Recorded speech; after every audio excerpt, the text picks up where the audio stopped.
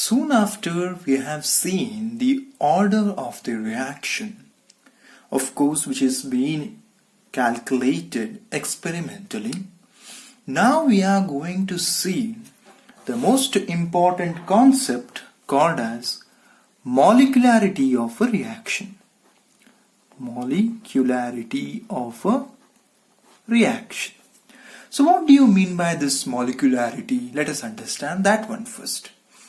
So basically, molecularity refers to the number, of reacting species.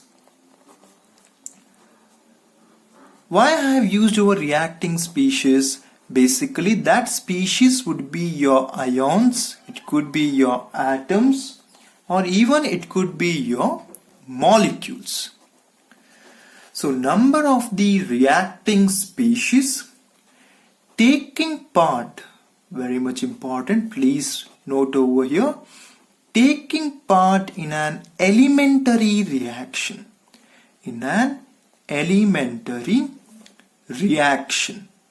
Of course, now the ambiguity arises that what do you mean by this elementary reaction? Don't worry, we are going to read about it in this video itself. So in an elementary reaction which must collide, you have to understand, which must collide simultaneously, in order to bring a chemical reaction,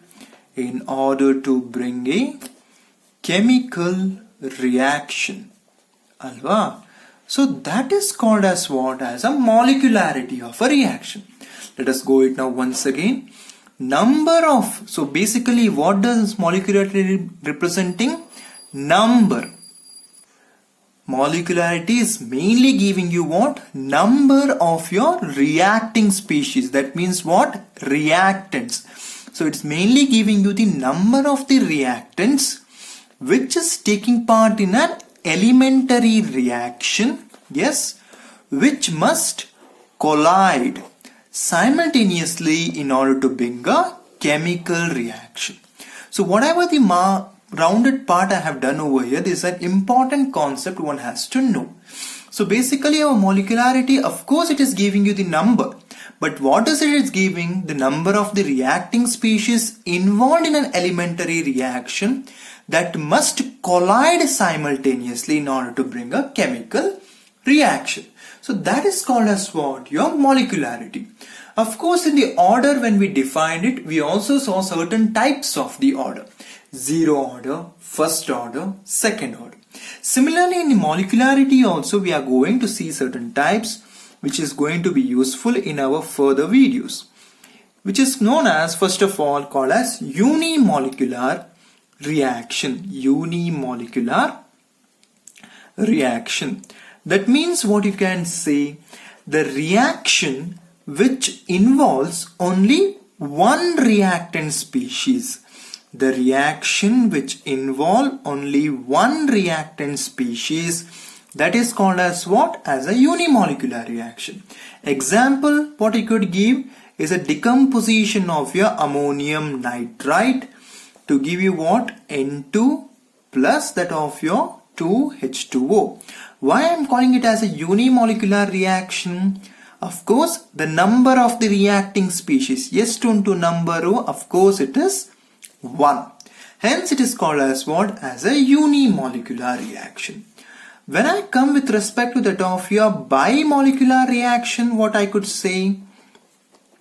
Of course, you could say the reaction which involves the two reacting species. But do remember that further we have to explain it, because what does the molecularity total definition? It states that the reacting species must collide. When it was having just one mole, of course it was not possible for the collision, but also it is decomposing. But when I am using my bimolecular reaction, you should be very specific.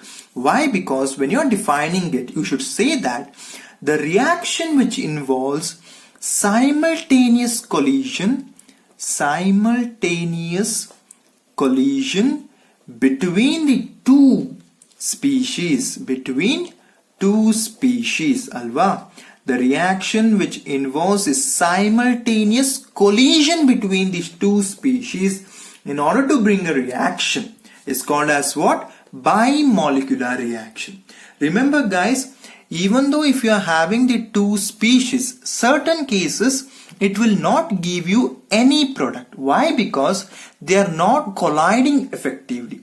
That is the reason whenever we are using two or more than two species, we have to use the word as simultaneous collision.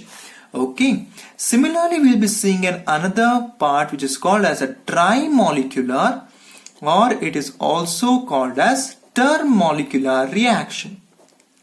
Termolecular reaction, which means what? Reactions which involve simultaneous collision between how many species? Yes, good. 3 species. So they are called as what? As your trimolecular or termolecular. ಅರ್ಥ ಏನು? ಇಲ್ಲಿ 2 molecule collide ಆಗಿ ನಿಮಗೆ reactant product ಕೊಡುತ್ತೆ. ಟ್ರೈಮಾಲಿಕ್ಯುಲರ್ ಅಲ್ಲಿ ಏನಾಗುತ್ತೆ? 3 molecules react ಆಗಿ ಅಥವಾ ಕೊಲೈಡ್ ಆಗಿ ನಿಮಗೆ ಪ್ರಾಡಕ್ಟ್ ಕೊಡುತ್ತೆ. So these are the important 3 types one has to know in your molecularity of a reaction. But one of the noteworthy point here you have to remember that an important note, what does it says? This trimolecular or termolecular reactions are very rare. So when I am saying they are very rare, of course in science a wonderful concept arises is a question that why is it very rare? Of course guys, when I said the definition of a molecularity, what did I say? In order to give us a chemical reaction or in order to give a fruitful product, what should happen to the reacting species? They must collide. But here what is the concept says? When you are using a trimolecular reaction, the probability of 3 molecules colliding simultaneously, remember my word, simultaneously. Of course they are colliding, but what happens? The probability of the 3 molecules colliding simultaneously is very small. That means what? If I am considering the 3 spheres as my reactant A, B and C, at a time all the 3 molecules come and collide is very rare. So when such collision is very rare, of course we can say that the product favorable will be also very rare. That is the reason here it arises that your trimolecular reactions are very rare. Of course here I should have given you the example. When you choose a bimolecular reaction example, I could give you as decomposition of your 2HI, which gives you what? H2 plus I2. Here you could just see its number is how much? 2. Of course your A plus B will be also an example of your bimolecular reaction. We need 2 molecules, that's it.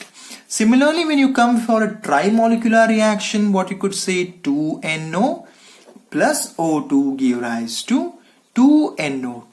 So what is this? 2 plus 1. So what it would be? It will be also a trimolecular reaction. Now the question arises that, sir, if that is so, can a reaction, I will give you a question, can this reaction be possible? KClO3 plus 6FeSO4 plus 3H2SO4 give rise to KCl plus 3Fe2SO4 thrice plus 3H2O. Sir, whether this reaction is possible? Of course, if I will blank this. If your question is this, of course I would say that this reaction is possible. Now the question arises, sir, you said that for a trimolecular reaction itself the probability is less and the reaction is very rare to be found out. Then how does this reaction takes place? Because when we calculate its molarity, how much is it? Not the molarity, sorry. Molecularity. How much? What is the molecularity? 6, 7, 8, 9 plus 1. So overall we are getting the molecularity is equals to how much? 10. Then how does this reaction proceeds? is the counter question to me. Alva. So now the concept I want to make you explain over here, which I said when I was defining my molecularity as elementary reaction. Remember guys, whenever we are dealing with a reaction, they are mainly of two types. One, it is called as an elementary reaction, and another is called as your complex reaction. These are the two important things one has to understand. So what do you mean by this elementary reaction? So elementary reactions are the reactions which takes place at a single step. Then what you can say with respect to a complex reaction? The reaction which takes place in your multiple step. So that is called as what? Your complex reaction. Sir, can you give me an example? Of course. When I choose as NaOH plus HCl, so what does it give you? It will be giving you as NaCl plus, what does it be further? H2O. So what is happening? Overall your reactant is reacting at a time to give you the product. So overall reaction is taking place in a single step. But when I choose my complex reaction, for example, when I was dealing with the chemical kinetics, I gave you an introduction part, taking an example of a tertiary butyl bromide. CH3, CH3, CH3, Br, in the presence of your alcoholic potash or alcoholic KOH, of course we got as what? CH3, CH3, CH3, OH plus KBr. Is that true? I chose this reaction. But when I am seeing its mechanism, why I am seeing as a mechanism? Because when we were dealing with the definition of our chemical kinetics, I said that it is the study of the rate of the reaction. Yes, first point. Second point, the factors which will be affecting the rate of the reaction. And the third important thing, I also said that it is also the study of the mechanism of the reaction. So when I am seeing its mechanism, it is further divided into two steps. That is what? First is your ionization of your tertiary butyl bromide to give you the carbocation. So what happens over here? Here you will be having the CCH3, CH3, CH3, Br. So first what happens means the ionization takes place to give you as C plus, a tertiary carbocation, plus your bromide ion. The second part arises over here as what?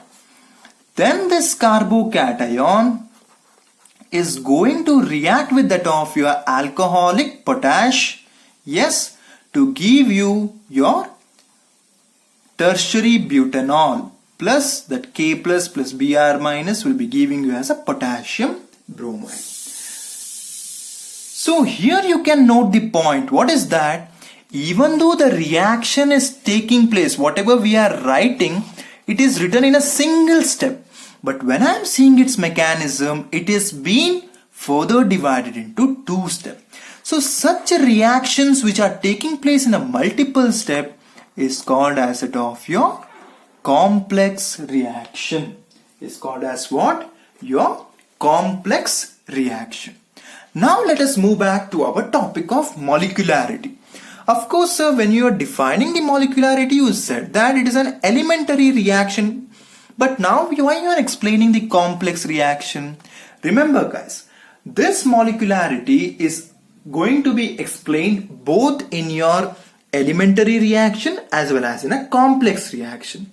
But when I choose my complex reaction, you should keep in your mind that here the concept arises as a concept called as it of your slowest step. Why I am saying the slowest step? Because of course when I wrote a rate equation, what I was writing, it is directly proportional to the concentration of your reactants to certain power, which is determined experimentally.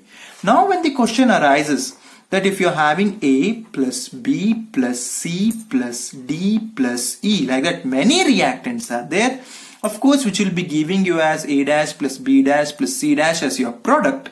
Now the question arises that what will be the rate of this reaction, alva? Whether I should write the rate as rate is directly proportional to the concentration of the A into concentration of the B, concentration of the C, concentration of the D, and concentration of the E. The question is asked to you. So in order to eliminate such questions, here we have to understand a concept called as that of your slowest step. Of course, we have come to know that whenever the molecularity is 3 or more than 3, it will be undergoing a complex reaction. Then how to write the rate of such reaction? The concept is over here. You have to remember that in a complex reaction, whichever step is going in a very slow manner, that will be your rate determining step. Please mark my words. So in a complex reaction, which reaction is taking place at a very slowest rate or very slowest possible velocity, that will be your rate determining step. That means what? If I am going to write the rate for this reaction, how should I write? My rate will be only dependent upon the concentration of my what? Tertiary butyl bromide. Why I am saying this? Because the reactant of your tertiary butyl bromide, when it is undergoing ionization, it will be regarded as the slowest step in your mechanism. And that slowest step is called as what? Your rate determining step. Please mark my words. Very much important concept in your chemical kinetics. So whenever we are having a complex reaction, of course that reaction will be taking place in a multiple step. For example, A plus B, first it will be giving you an intermediate, let us take as an AB dash. That AB dash will react with that of your C to give you as what? A D if I take. And that D will react with that of your E to give you some product of A, B, C, D and E. Then in this complex reaction, now a question arises that where does my rate or my rate is dependent to which of this concentration? So in that scenario, what you have to see that in the mechanism, which reaction is taking place in a slowest step. Slowest step, for example, in this reaction, the second is taking place in the slowest step, then my rate is dependent upon that reactant. So in the above mentioned example, my rate will be dependent upon this C factor. Of course, when I got this part, it will be having an X. So what I would be doing in my experiment, I will be only concentrating on my reactant C. That is the reason I said it as in a multiple step, the slowest step, very much important in your chemical kinetics, the slowest step is called as what? Is your rate determining step. Rate determining step. Now the question arises, okay sir, we were dealing with the molecularity. Why did you explain us this rate determining step? Of course, for this question I have to answer you. Because when we were dealing with the molecularity, I was specifically saying that it is the number of the reacting species involved in an elementary reaction. But of course, now the question arises whether the molecularity doesn't exist for a complex reaction. The answer is yes, it exists. That is, the molecularity also exists for a complex reaction. Then what would be the molecularity?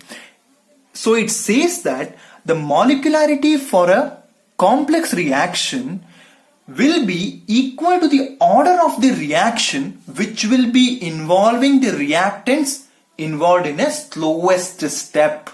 That is the reason I explained you why we are choosing the slowest step. Because when we choose the slowest step, of course it will be the rate determining step.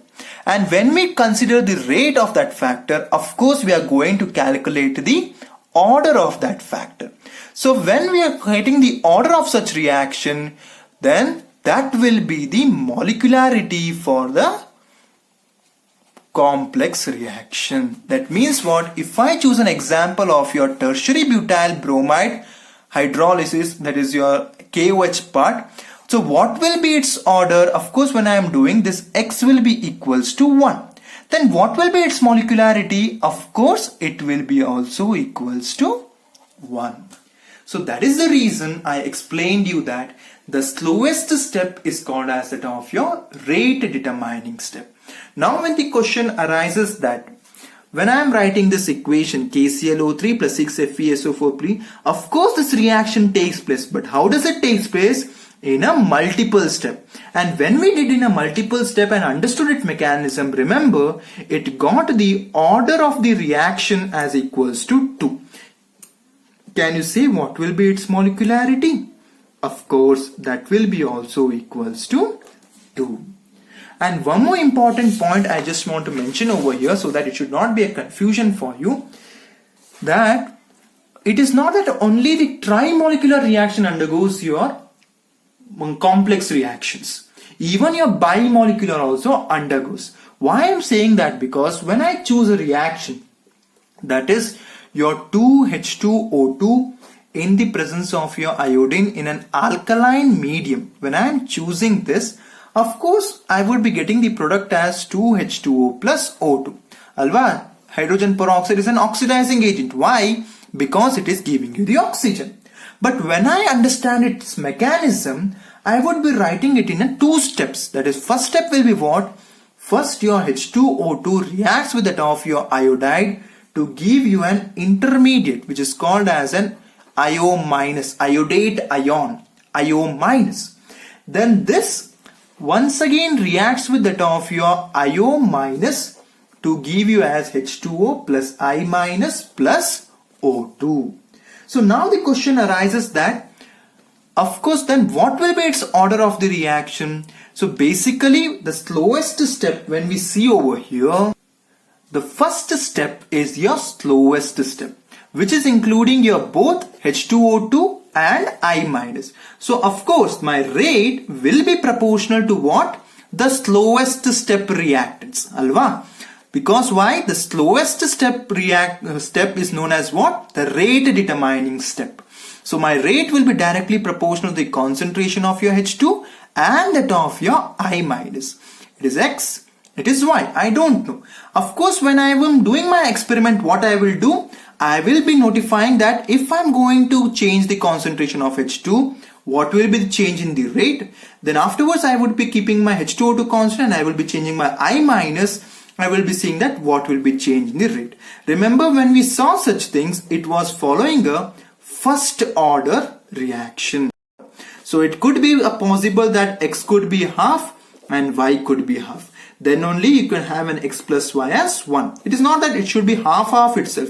Any value it could be, but we are getting the overall order of the reaction as what? First order reaction. Why did I mention it? Because you should not be in a blame that, of course, sir said that only trimolecular reaction or more than that undergoes a complex reaction. It is not the case. Of course, this is some of the things which is complex, but for the one who can understand this, it is very helpful. What you should remember that, of course, when we are seeing the mechanism, then only we come to know that whether the reaction is taking place in a single step or in a multiple step.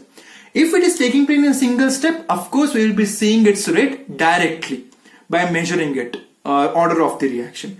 Of course, when I wrote the rate is directly proportional to that of your some a to the power of 1 and b to the power of 0. And this A plus B was giving you the C. It is an elementary reaction. So what did I do? I chose both the reactants. Why? Because it is taking place in an elementary reaction and it's dependent on both. But when I did an experimental calculation, what did I come to know? Of course, in that elementary reaction, my rate is only dependent to the first power of your reactant A and 0 power to the B. That means what? It will be equals to 1. So rate will be independent of the B. But when I am choosing my complex reaction, now the question arises, of course you will be having many reactants. Which reactant you have to choose? So there you have to choose that among the mechanism of the reaction, which reaction will be taking place in the slowest step, that reactant you have to choose. So while choosing that reactant, then we are going to calculate its order. We'll be coming to know that what will be the order of the reaction. So one of the most important point in your chemical kinetics, you have to remember that the slowest step of a reaction will be the rate determining step.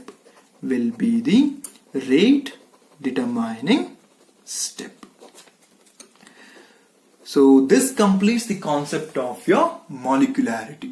So now we have to understand that what is the difference between your order and a molecularity of a reaction. Of course, we saw that your order can be a zero, it could be also a fraction. But do remember that your molecularity can never be zero, or also fraction. It should be only a natural number.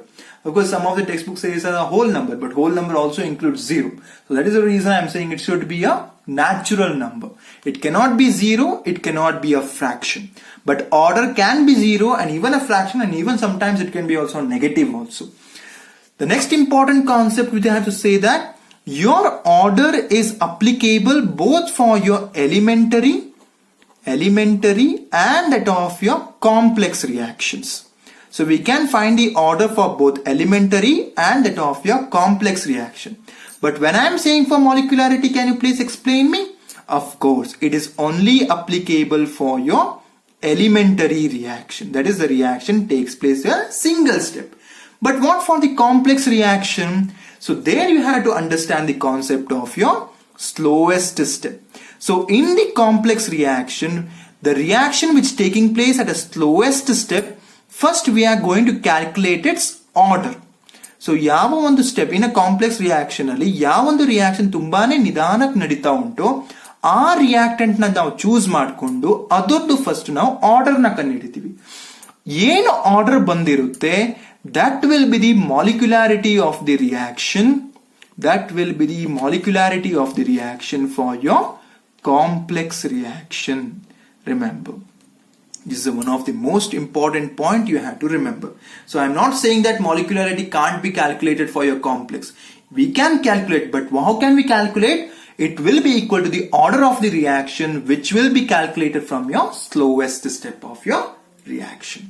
So now, by utilizing the concept of your both order and molecularity, we are going to see an concept called as a pseudo first order reaction. Why didn't I explain you earlier? Because it is including both the concept of your order and the molecularity. It's a simple concept. What does it say? So these are the reaction in which the molecularity can be 2 or more than 2. There is a possibility 2 or more than 2, but remember, order will be always equals to 1. I gave you an example, that it was CH3COO C2H5. Yes, in the presence of water it is acid hydrolysis. Of course, in the presence of acid also you will be getting as an acetic acid plus your ethanol, C2H5OH. So when I am choosing to write its rate of the reaction, what I am going to write, the rate is equals to small k into the molar concentration of CH3COO C2H5 to the power of 1. Of course, here I am writing 1 which has been obtained experimentally. Okay, keep that one in mind. You could see that the molecularity of this reaction is 2. But what is the order of the reaction? It is 1. So such a reaction is called as a pseudo first order reaction.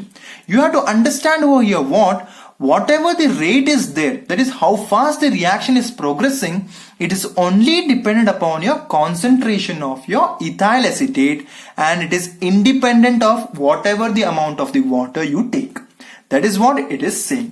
Similarly, we are seeing another example that is called as an inversion of your cane sugar. That is C12 H22O11. What it is actually your sucrose. So when I am also doing in the presence of water, sucrose na hydrolysis ಮಾಡಿದಾಗ, you're getting C6H12O6 plus C6H12O6. Can you please give me its name? Yes, the one is glucose. What is the other? Of course, it is not glucose. It is called as your fructose. Of course, it's an example of your what? Functional isomerism. ಯಾಕೆ ಹೇಳ್ತಿದ್ದೀನಿ ಅಂದ್ರೆ glucose ಅಲ್ಲಿ ಇರೋದು ನಿಮ್ದು aldehyde group, fructose ಅಲ್ಲಿ ಇರೋದು ನಿಮ್ದು ಕೀಟೋನಿಕ್ group. We'll be studying this major structures in your chapter called as a biomolecules. Just for your having an idea, I gave you an example ಅಷ್ಟೇ. ಇಲ್ಲೂ ಕೂಡ ಏನಾಗ್ತಾ ಉಂಟು, when I am writing the rate is directly proportional to what? Only to the concentration of your sucrose to the power of 1. You could see that the molecularity is 2, but what is the order? 1. So such reactions are called as what? Pseudo first order reaction. Pseudo andre enalla, it means false anta. But don't use false, okay guys, I am just giving you what is the meaning anta. Some of you will write the false first order reaction. It is not the concept, okay? You have to mention the same name. Pseudo first order reaction means what? The reaction in which the molecularity can be 2 or more than 2, but do remember order will be always equals to 1. These two examples are also very much important. So in our next video, we are going to see certain derivation. So by the time we reach the derivation, you have to make sure by the ideas of what do you mean by rate of a reaction, what do you mean by order of a reaction, what do you mean by molecularity of a reaction. And the most important thing, in a complex reaction, whichever reaction is the slowest step, that will be your rate determining step. Mark my words, the slowest step in your complex reaction is known as that of your rate determining step. With respect to that one, we are going to calculate the order, and what will be the order for the complex reaction? That will be your molecularity of a reaction. Okay.